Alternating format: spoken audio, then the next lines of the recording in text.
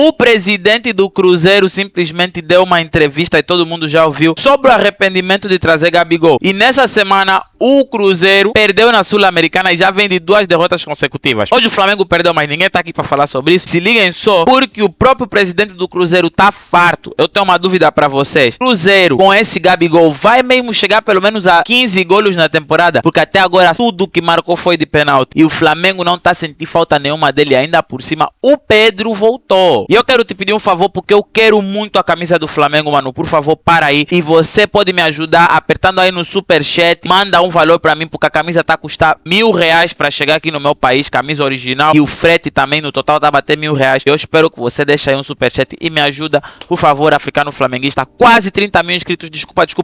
Bora ver essa notícia. Africano flamenguista aqui com vocês. O único africano do Flamengo. Na segunda-feira, uma entrevista do dono da SAF do Cruzeiro, o empresário Pedrinho Lourenço, falando sobre erros que ele e o Alexandre Matos cometeram na contratação, na montagem desse time do Cruzeiro. A adaptação dele ao cargo de dono de um clube, a adaptação dele ao dia a dia do futebol como gestor, né? O Pedrinho sempre esteve muito próximo do Cruzeiro, seja como torcedor, seja como alguém que colaborava com a condução, a administração do clube, mas agora ele é o dono. E na entrevista chamou muita atenção uma fala que ele diz, que ele abre até um bom debate sobre o questionamento do mercado do futebol, e para ele diz ali claramente que chama muita atenção para ele comissões pagas aos empresários de 10%, 20%, e ele, como proprietário de uma rede de mercado, de supermercado, né, o supermercado BH, ele diz que muitos produtos que ele vende para conseguir 3% de margem de lucro. E ele vê que no futebol qualquer um leva 10%, 20%, então é muito fácil numa transação de jogador você levar 10, 20%. É isso aí, ô Pedrinho. O mercado é assim. O mercado funciona desse jeito. Não tem muito o que reclamar, não. E aí, ele, em outro momento, ele fala claramente de um ponto que é a gestão de futebol dele e do Alexandre Matos, que é o CEO do futebol do clube. Ele entende que a gestão errou muito na montagem do time do Cruzeiro. E aí ele também faz uma outra analogia com o trabalho dele lá no supermercado, que ele diz: quando a gente compra um produto ruim ou um produto que não atende o que ele quer, você pega o produto, vende a um preço muito baixo e termina esse produto, limpa o estoque desse produto. Com o jogador de futebol não é assim.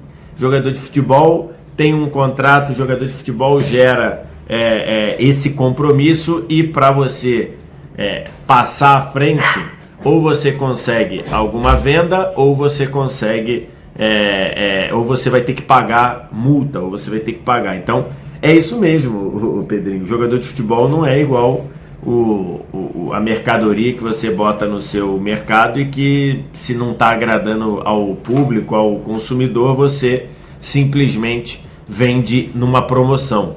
Jogador de futebol gera custo, gera responsabilidade, tem uma ligação muito grande com o clube. E o que mais me chamou a atenção, que foi o motivo de eu fazer o vídeo, foi ele dizer que ele e o Alexandre Matos, na formação do elenco do Cruzeiro, erraram demais. Erraram em várias coisas que ele diz ali de formação do elenco. Ele diz que alguns jogadores não deveriam ter sido trazidos por ele e pelo Alexandre Matos.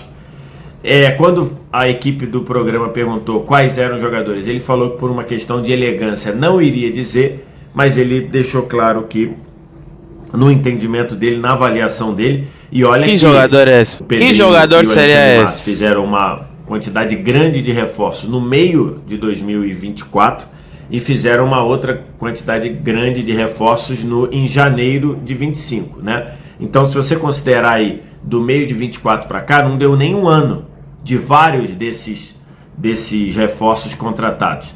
E ele já colocando como alguns desses jogadores, alguns desses reforços não sendo um erro e que não deveriam ser trazidos. No momento que o Pedrinho fala isso, e ele não diz o nome dos jogadores, e acho que era natural ele não dizer, né? Se ele diz o nome, geraria ainda mais impacto. Mas não dizer o nome também traz uma incerteza, né? Exato.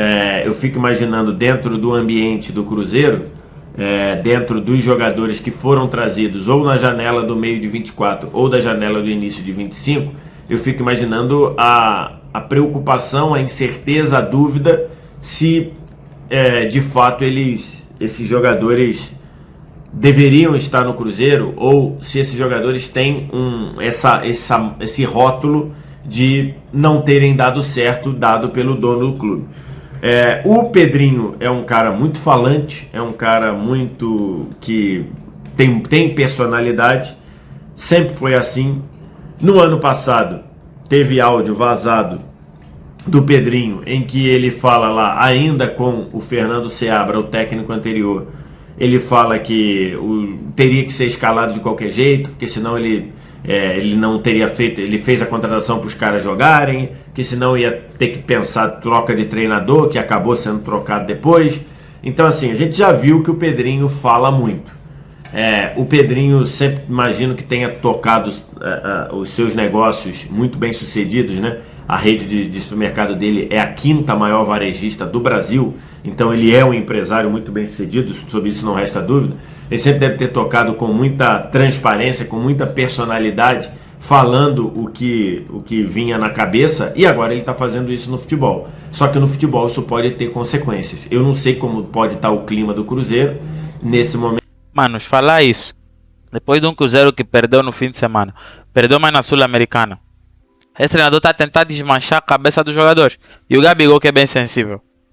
Uma insegurança, uma incerteza de você ter o rótulo do patrão de que várias contratações não funcionaram. Ele também falou do Fernando Diniz, disse que o Fernando Diniz é excelente no trato, que é uma ótima pessoa, que sempre se deu muito bem com o Fernando Diniz, mas colocou a contratação do Fernando Diniz como um erro, e que foi um erro cometido por ele, né? Todo mundo falou, muita gente avaliou, inclusive eu, de que a forma como o Fernando Seabra saiu do Cruzeiro foi uma forma não muito clara e além da saída do Fernando Seabra ter sido não muito clara, a chegada do Fernando Diniz parecia ser muito atropelada. E no fim acabou sendo isso, com um erro dobrado de você querer demitir o Fernando Diniz depois do Campeonato Brasileiro e voltar atrás por conta daquela entrevista do Fernando Diniz. Então isso está muito claro que o Pedrinho errou. E aí, olhando para frente, ele diz: agora eu e o Alexandre Matos estamos buscando errar o menos possível, se possível não errar. É difícil, né, a gente ter essa certeza, porque o futebol ele é muito complexo na natureza. Às vezes você faz uma coisa tendo certeza que vai dar certo e dá errado, às vezes você faz uma coisa para arriscar e dá muito certo. Mas me preocupa essa... Torcida do Flamengo zoa Gabigol nas redes sociais porque o dono do Cruzeiro diz que está arrependido de ter contratado alguns jogadores. E torcida rubro-negra acha que foi um recado principalmente ao Bagregol. E agora o clima tá gostosinho no Super Cabuloso! Torcida do Cruzeiro está espantada com as atuações horríveis do Gabigol, pois se esperava muito dele, até pelo alto salário, e o que já mostrou no passado, mas está sendo um completo bagre. Na verdade, ele tá jogando o que jogou nos últimos anos de Flamengo. Nada! Contra o Internacional teve um desempenho pífio. Não acertou nada, nem domínio, e o Supermercado BH levou uma trauletada do Inter por 3-0. Após o jogo, Pedro Lourenço, dono da SAF do Cruzeiro, disse que está arrependido de ter comprado alguns jogadores e pediu desculpas à torcida do clube mineiro. Se o Gabi sem gol já não estava jogando nada, imagina após essa declaração. Fagner reserva, Fabrício Bruno reserva, Dudu reserva, Gabigol reserva. Todos eram suplentes nas suas equipes. Corinthians, Flamengo, Palmeiras, enfim. E outros nomes que foram contratados também. O elenco não foi montado claramente assim, pensando em grupo, né, de jogadores, assim, em nomes de impacto. E investimentos elevados, jogadores em baixa, ao que consta, com salários bem significativos, né? Ou seja, o cara está em baixa, faz contrato como se estivesse em alta. E é incrível que só agora o dono do Cruzeiro está percebendo que o futebol funciona assim. Então, agora tarde demais, já fez os contratos. Vai depender muito da capacidade ou não do Leonardo Jardim de fazer o time funcionar. No final de semana o time foi muito prejudicado pela arbitragem com a expulsão injusta, mas perdeu 3-0, já foi derrotado também na Copa Sul-Americana, então um momento delicado, chegar rápido no Cruzeiro. E isso é bom também para o pessoal entender, essa questão de SAF. SAF tem um dono. O discurso do dono é o quê? Ele parece meio aborrecido, né, com o que está acontecendo. Se ele resolver amanhã não investir mais, não investe mais, acabou. É ele que decide, ele é o dono. O dono faz o que ele quiser.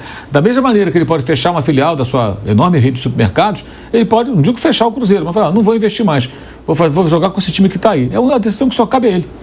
A torcida pode espernear, reclamar e tal, mas, enfim, é assim que funciona. Você não vai eleger um novo dono como você pode eleger um presidente, se você for sócio, bem ou mal, né? O sistema dos clubes não é dos mais democráticos, mas há uma possibilidade de você mudar. As situações que você muda, piora também, né? Mas você pode mudar e melhorar. Eu falei uma vez, um político importante aqui do estado de São Paulo, ele entrou no futebol, e aí eu perguntei para ele, vem cá, o que é mais complicado, política ou futebol? Ele falou, olha, estou na política há 40 anos, nunca tomei boné de ninguém. Entrei no futebol e em 5 anos me tomaram um time de futebol. Ele montou um time e levaram o time embora. Então, é outro papo, é outra conversa. Sem dúvida, o elenco do Cruzeiro é um elenco mal montado. Sem dúvida, o elenco do Cruzeiro dificilmente vai dar algum retorno. Em alguns casos, a gente já sabia que não ia virar, que não ia funcionar. E foi dito aqui, né? Então, o Cruzeiro vai ter que lutar aí para fazer o melhor possível e trocando. Só que o investimento está feito. Alguns contratos de 4, 5 anos aí. Ele vai ter que assumir esse prejuízo. Não tem o que fazer. Mas nos dias demais o supermercado BH tá em desespero, já ninguém mais sabe o que fazer. E agora é mesmo só esperar pelo resultado final da temporada aqui, mano. Eu nem sei se o Cruzeiro pega uma Sul-Americana porque tá demais. Porque na própria Sul-Americana também tá a jogar lixo e tá a jogar à toa. Espero que tenham gostado desse vídeo, inscreve no canal pra mais. Valeu, até o próximo vídeo e fui.